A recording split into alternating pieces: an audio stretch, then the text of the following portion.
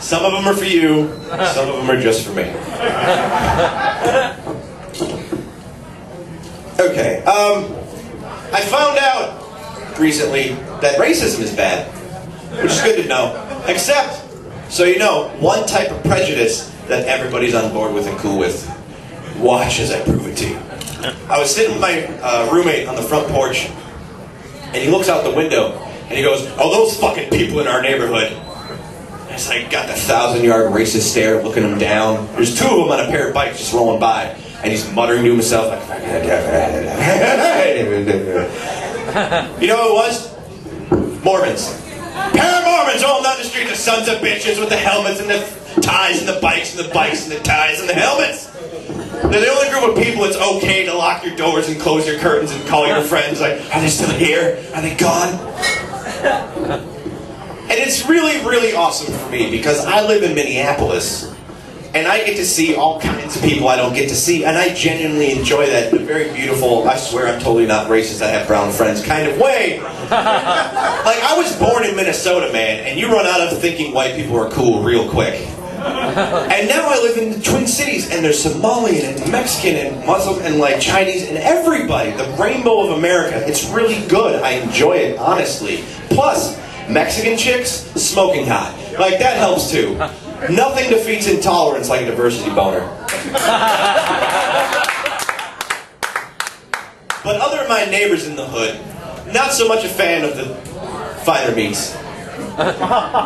Because there was this, I saw this sign, there's this abandoned building, and there's a billboard on it, and it said, "Hey, what do you want this abandoned building to be? Go to this website, vote for something, and make a suggestion." It's like, it's a pretty cool idea.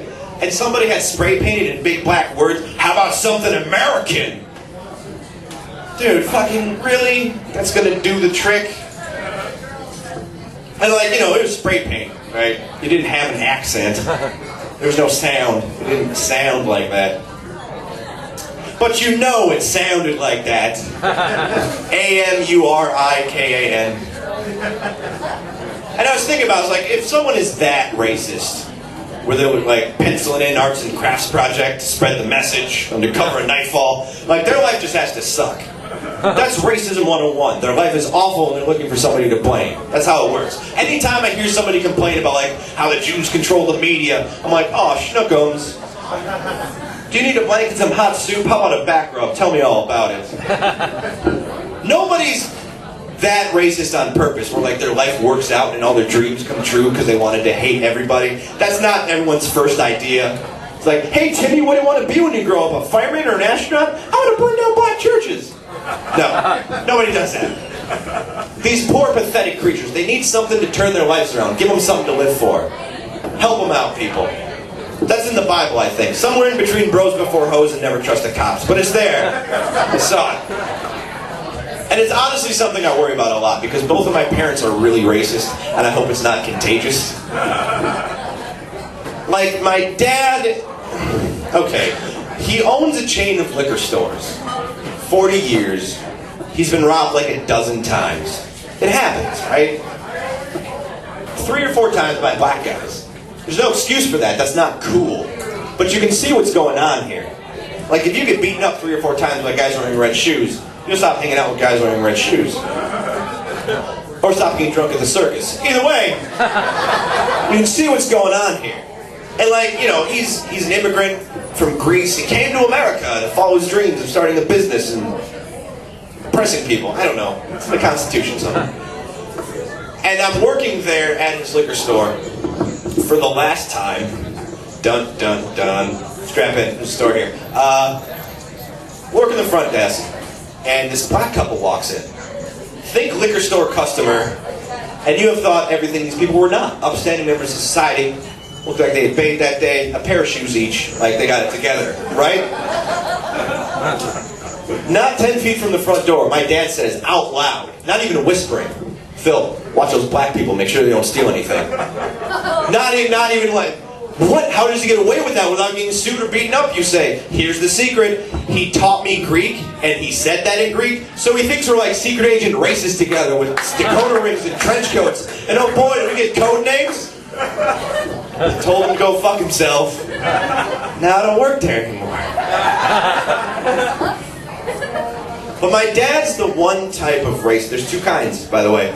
He's the one kind where like stuff happened, he just went crazy. My mom's the other type, who was born in Michigan, raised in Wisconsin, and lives in Minnesota, and has never seen a non-white person her entire life.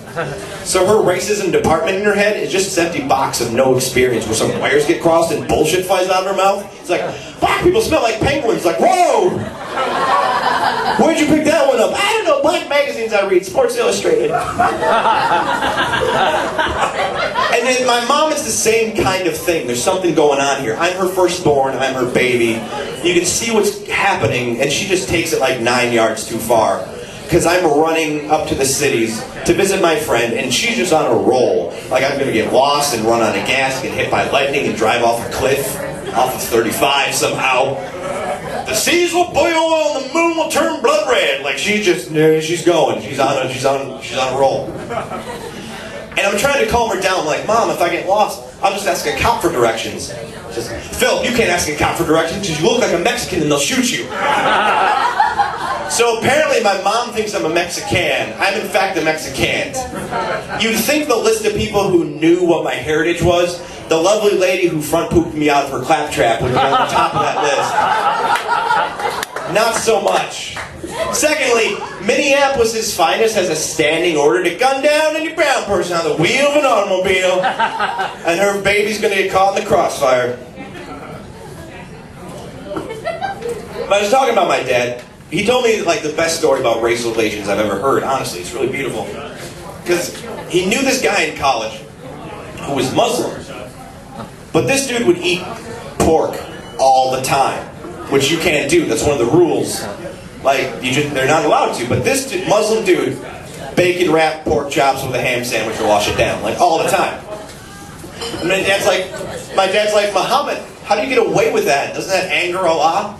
And he says, Nick, I talk like this. Whenever I order a ham and it comes to my table, I close my eyes and I say, Allah, make this pork chicken. And he does. That made me so happy. I forgot there are Muslim dudes out there with a sense of humor, you guys. They're real. They're better than unicorns.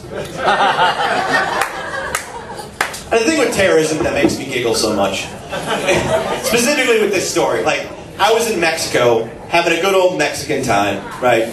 And we're at the gate, and we're going to go down the space tube to the fly plane to get to, like, we're on our way home. It's at the gate.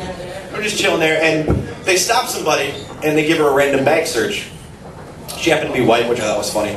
But they're, Mexican guards doing his thing, open the bag, cleaning the clothes, doing very polite, just moving things around. And the lady goes up and goes, is everything okay? Is there a problem? And he just goes, no, you just have a bomb in your bag. What? I'm kidding, you're fine, you can go.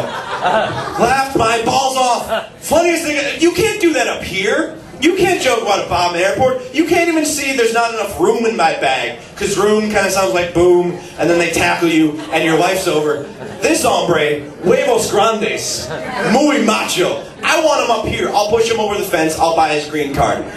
Listen, people, here's the deal. If you tell a joke about a bomb in an airport, and tell them I set you up to it, the world famous Phil Colas, I will buy you a shot, pay your bail, and write you in for my vote as president at the next election. That's the kind of hilarious courage I want to lead us into the new frontier of the future. Your son's a terrorist, JK, lol.